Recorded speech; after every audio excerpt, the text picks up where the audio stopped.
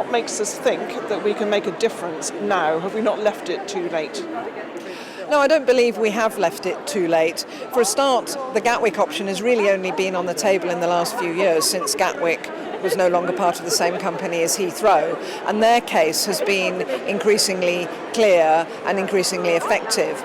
I think there are issues around the legality of the air quality issues with the EU air quality legislation. The UK is in breach, and I think more and more it's becoming clear that David Cameron has a difficult political decision to make that is not straightforward if he insists on going for Runway 3 at Heathrow. There are all sorts of legal problems, political, environmental and so on.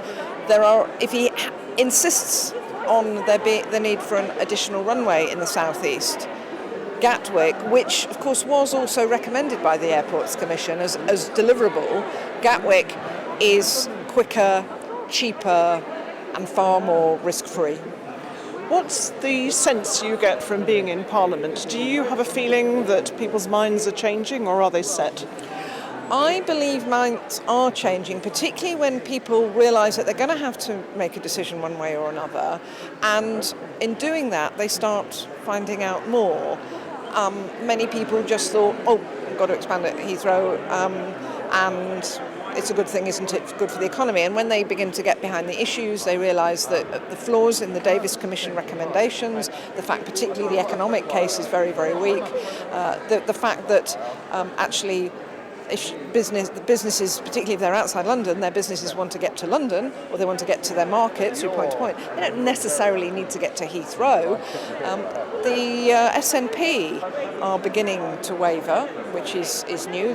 Until fairly recently, the SNP was very clearly pro-Heathrow because they believed that the only way to get to London is by expanding more flights to Heathrow, and only that would deliver them more links to London for their regional airports. Now that they're told that at best they'll get 4 destinations in total, a reduction from the current 7, and that's with Runway 3 going ahead, I think they're beginning to realise that voting for expansion at Heathrow actually isn't necessarily going to give them the connectivity that they thought they were going to get. So what is the pressure on David Cameron? What is the pressure on David Cameron about this?